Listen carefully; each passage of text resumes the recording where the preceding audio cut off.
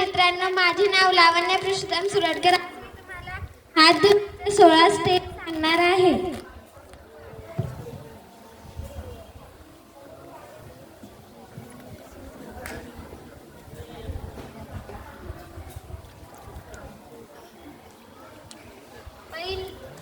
पहिली,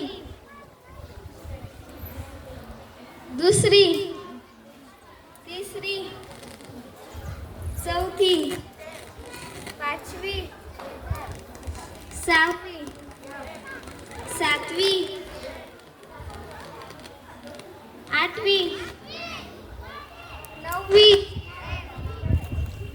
10वी, 11वी, 12वी, 13वी, 14वी, 15वी, 16वी.